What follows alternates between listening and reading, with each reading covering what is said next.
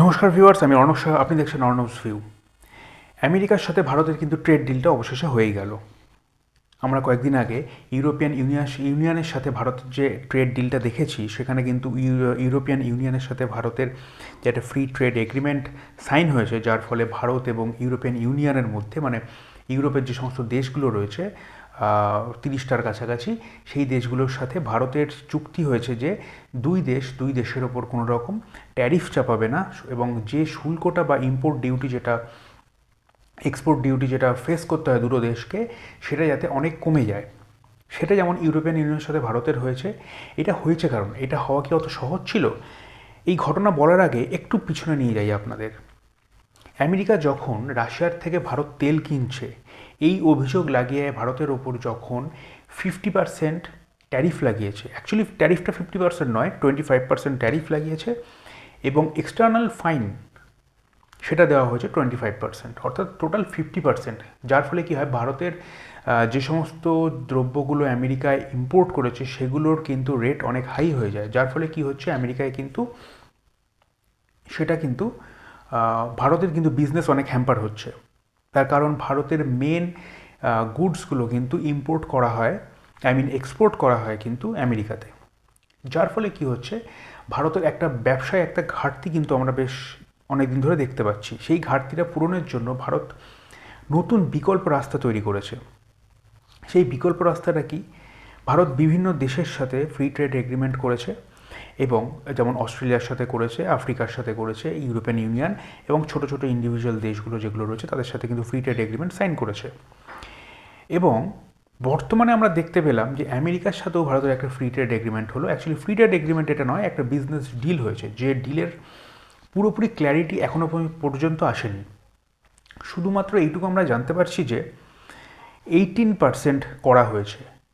যে ট্যারিফ চাপানো ছিল 25%, সেটাকে 18%-এ আনা হয়েছে। এবং যেটা সাউথ এশিয়ান যে সমস্ত দেশগুলো রয়েছে, চায়না, বাংলাদেশ, পাকিস্তান, এই সমস্ত দেশের ওপর যে ট্যারিফটা রয়েছে বাংলাদেশ এবং পাকিস্তানে, সেটা মোটামুটি 20%-এর আশেপাশে রয়েছে, কম বেশি। এবং চায়না রয়েছে 34%, সেখানে কিন্তু ভারতের জন্য করা হয়েছে সেটা 18%। অর্থাৎ ইন্ডিয়া কিন্তু অনেক বেশি বেনিফিট পাচ্ছে। এবার পাকিস্তান এবং বাংলাদেশে যে ট্যারিফটা রয়েছে তার থেকেও কিন্তু ভারতের ট্যারিফটা কমে গেছে। সুতরাং এই জায়গা থেকে ভারতের হাতে কিন্তু একটা লিভারেজ রয়েছে। ভারত যদি চায়, পাকিস্তান অ্যাকচুয়ালি একটা ফেইল্ড স্টেট। পাকিস্তানের কোনো নিজস্ব কোনো ওই ফিফা ওয়ার্ল্ড কাপের একটা ফুটবল তৈরি করে, সেটা এখন করে কিনা আমি জানি না, সেই ইনফরমেশন আমাদের কাছে নেই। কিন্তু বাংলাদেশের অনেক কিছু হারানোর আছে। বাংলাদেশের অনেক কিছু ছিল যেটা বর্তমানে যে সরকার বাংলাদেশে রয়েছে, এই বাংলাদেশের সরকার বাংলাদেশটার অবস্থা যেই দিকে নিয়ে যাচ্ছে, ভবিষ্যতে আমি আশা রাখি যে বাংলাদেশ খুব বেশি দূর এই বিজনেস নিয়ে এগোতে পারবে না।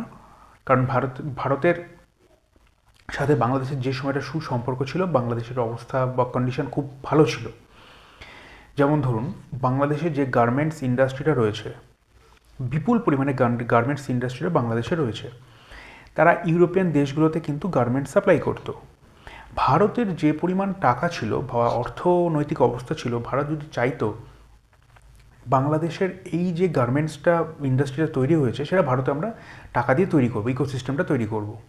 এবং বাংলাদেশের থেকে আর একটু সস্তায় লেবার আমরা জোগাড়ও যদি করতে পারতাম, তাহলে দেখা যেত যে বাংলাদেশের মার্কেটটা কিন্তু ভারত কিন্তু অনেকটা মানে মার্কেটটা নষ্ট করতে পারতো, কিন্তু ভারত সেই জায়গাটা করেনি।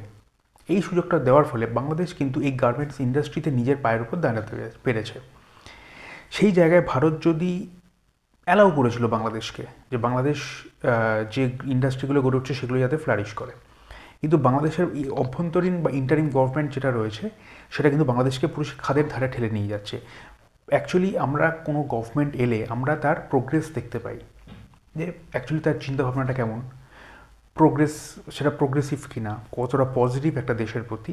কিন্তু বাংলাদেশের ক্ষেত্রে আমরা দেখতে পাচ্ছি সেটা একদমই পজিটিভ নয়। বাংলাদেশের যেগুলো অ্যাকচুয়ালি করা ছিল সেগুলো ধ্বংস হচ্ছে, নতুন কিছু তৈরি হচ্ছে না।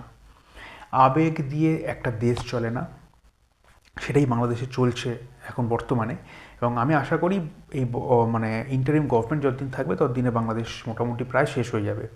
কারণ এই যে ট্যারিফটা ভারতের জন্য কমে গেল, ভারত যদি এখন এই ইন্ডাস্ট্রিটা নিজের দেশে তৈরি করতে শুরু করে, বাংলাদেশের যে অর্থনৈতিক অবস্থা এবং যেটুকু ডিস্ট্রয় হয়েছে সেটাকে রিকভার করতে কিন্তু আরও 10 বছর সময় লেগে যাবে এই মার্কেটটা ভারত থেকে আবার বাংলাদেশে শিফট করতে। সুতরাং বাংলাদেশের ক্ষেত্রে এটা দুঃসংবাদ। এবার এই সুযোগে ইন্ডিয়া যদি মানে আমেরিকার এই ট্যারিফটাকে কাজে লাগিয়ে, এই যে ট্যারিফটা কমছে এটাকে কাজে লাগিয়ে যদি একটা ব্যবস্থা করতে পারে, তাহলে কিন্তু ভারতের একটা গ্রোথ আমরা দেখতে পাবো। কিন্তু এক্ষেত্রে যে আমি আগেও বললাম যে এই ট্রেড ডিলের ক্ষেত্রে আমাদের কাছে কোনো ক্ল্যারিটি নেই বলতে এর বদলে ভারত কী কী শর্তে রাজি হয়েছে সেটা কিন্তু আমরা এখনও জানতে পারছি না। আমাদের বিপক্ষ যে দল রয়েছে ভারতের কংগ্রেস বিরোধী দল, তারাও কিন্তু এই প্রশ্ন তুলছে এবং দেশবাসীও কিন্তু এই প্রশ্নটা তুলছে যে আমেরিকা তো নয় 18% করলো, তাহলে সেক্ষেত্রে ভারতের মানে কোন শর্তগুলো, কোন কন্ডিশনগুলো ভারত রাজি হয়েছে, সেটা এগ্রিকালচারাল সেক্টরটা নয় তো? যে এগ্রিকালচারাল সেক্টর আমেরিকাকে এন্ট্রি দেবে না বলে ভারত এতদিন ধরে আমেরিকার এই শুল্কটা মেনে নিল, সেই এগ্রিকালচারাল সেন্টারে আমেরিকাকে কোনো এন্ট্রি দিল না তো? বা এমন কোনো শর্ত যেটা হচ্ছে ভারতীয়দের পক্ষে হয়তো মেনে নেওয়া সম্ভব নয়, এই ক্ল্যারিটিটা আমাদের কাছে নেই এখনও পর্যন্ত। এটা এখনও প্রেস রিলিজে জানা যায়নি। যদি এরকম কোনো ঘটনা আমরা জানতে পারি, সর্বপ্রথম সেটা হাজির হব নিয়ে আপনাদের কাছে। এখন এই পর্যন্তই। জয় হিন্দ, জয় ভারত।